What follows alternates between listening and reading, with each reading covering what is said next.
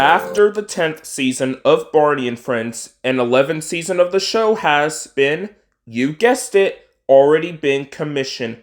This season continued on where the last season left off and bring back a prominent cast of children characters that were absent from the previous season where they have been reduced as background character filler.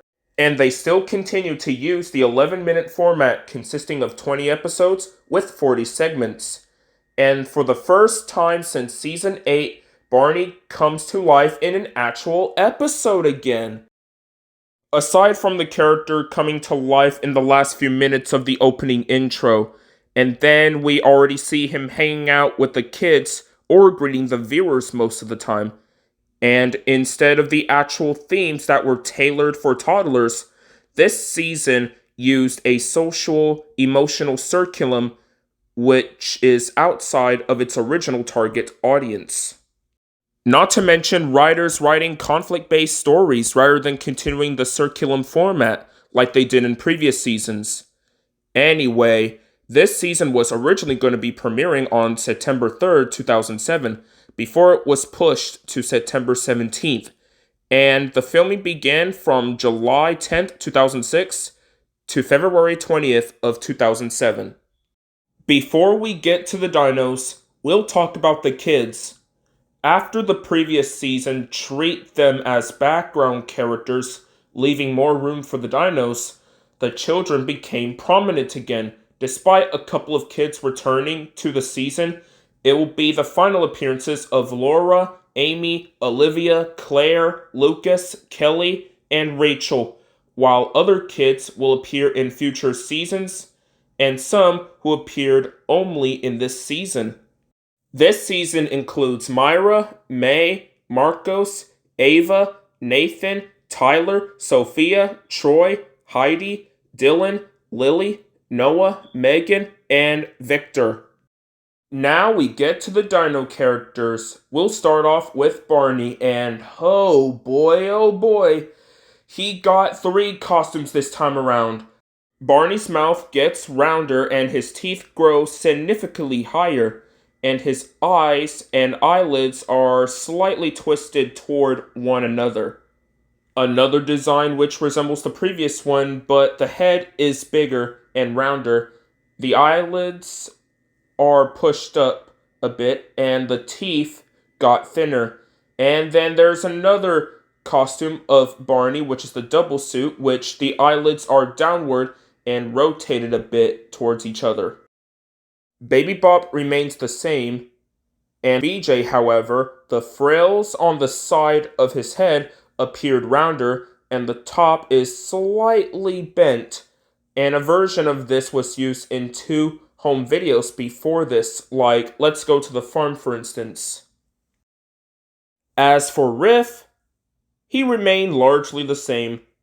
Nothing much else to change or say anything about him, although this will be the final time that Adam Brown performs the character before he was replaced by Jeff Ayers next season.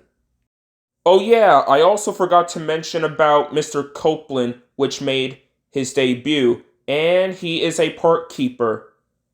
I guess he replaced Mr. Boyd, huh?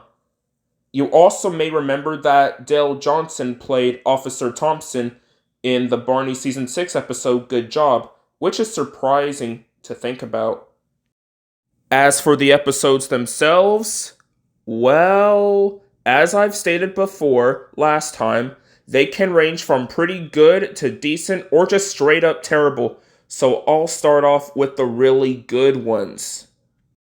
Pistachio is a pretty good episode of Barney realizing his mistake of eating too many pistachios, and this is probably the only time that they did this where Barney made some mistake, and I think it's some good foreshadowing on where we see Barney made a mistake.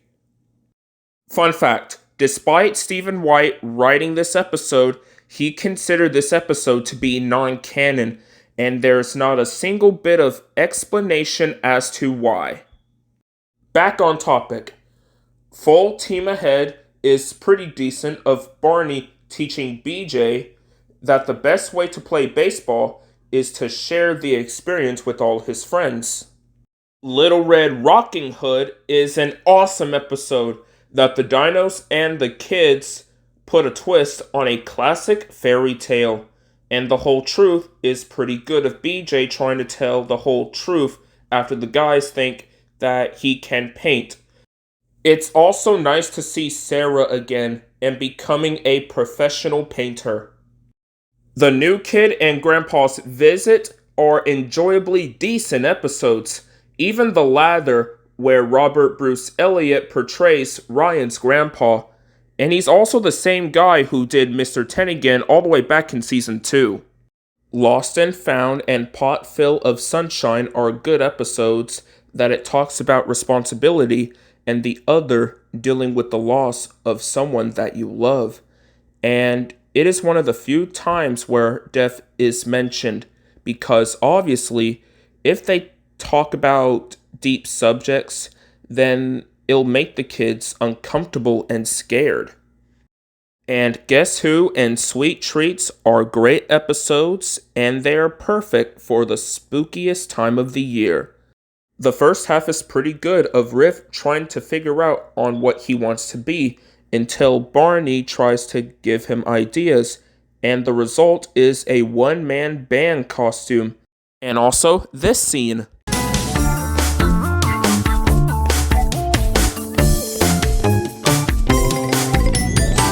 And for the second half, Barney and all of his friends are having fun trick-or-treating until Ramon loses his candy and BJ decides to share the candy with Ramon, and all of his friends share the candy with BJ. It's what pirates do. I'm pretty sure that this was the only time that an episode was connected right after last episode, because in most episodes they were episodic. So it's a nice little change. And I don't mind that both episodes are semi-remakes to the home video, Barney's Halloween Party. And this was the last Halloween special in the Barney franchise. There are a great amount of episodes that I like as well, such as the Emperor's Contest and Beethoven's Here, as well as the 2 Christmas episodes. But if I go on talking about them, we'll be here all day. Let's get on to the decent but bad episodes. Big as Barney is an enjoyable episode of Ryan decided he want to act like Barney, but when the ball was under the caboose, he crawled down to get it, and Barney tells him that he can help people by just being himself, and that is a nice lesson for the kids. As for No, it's decent, but hey, it could have handled a lot worse if Baby Bop was infuriating as usual. But I do enjoy the story of Cinderella. And probably the worst episode of the entire series is the magic words, because Baby Bop is really out of character. She snatches animals from the kids, she's completely selfless and selfish, and most of all, she forgets about her good manners by saying please and thank you. Baby Bop should know better that she knows good manners, as she knows them countless times. And I feel like she could have been replaced by a different character who is a lot younger than Baby Bop and doesn't know about good manners. That would have been much better than this abomination. It does have some good and funny moments, and the songs are enjoyable, but this episode destroys Baby Bop here. At least to me. Thank goodness that Litterbot is an improvement over this heap of scrap. Alright, last but not least, let's talk about the Barney's Music Box segments. Those are the segments that aired after an episode of Season 11, and then, after an episode, we get to the Music Box segments, where they play classic children's songs, and only 5 of them were made. And I'm not gonna lie, all of these versions are absolute bangers. The animation and effects in various ways can be good or just Laughable. I mean, seriously, look at that spider. But at the very least, I appreciate those segments for what they are. They're catchy or just straight up fire. Thank goodness that we can see those segments on home media and on the internet. Barney and Friends Season 11 ran from September 17th to October 12th, 2007. This was the final season where Stephen White was the former head writer of the franchise, the final season where Jim Rowley was the director of Barney, the first time to use the 2007 to 2016 Entertainment logo, the final time where the Lions Group logo was used, and the final season to be produced by Connecticut Public Television, the PBS station that brought Barney to television. In the next season, WNET New York will be the producing station for PBS, and we'll get to that season next time.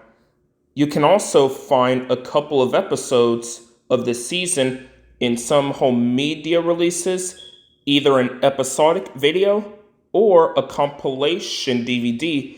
And you can also find this season on some streaming services, such as the Roku channel. So in conclusion, what are my thoughts on Barney and Friends Season 11? Well, I thought that the season was a decent season. It has a good chunk of episodes that are enjoyable to watch. The music is top notch, and a couple of the characters are great. But Baby Bop's characterization was flanderized once again, although she has been getting a teeny bit better in the latter half of the season, and some of the episodes are not the best. So for that, I'll give this season a 5 out of 10, and that concludes today's video.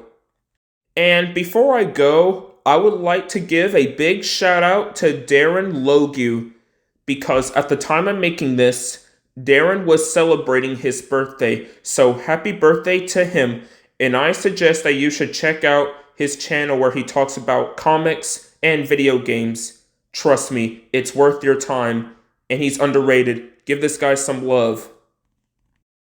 Anyways, be sure to like, comment, share, and subscribe, and let me know what are your thoughts on Season 11 of Barney and Friends. This is Dravian Edwards, and we'll see you next time once we get to Season 12.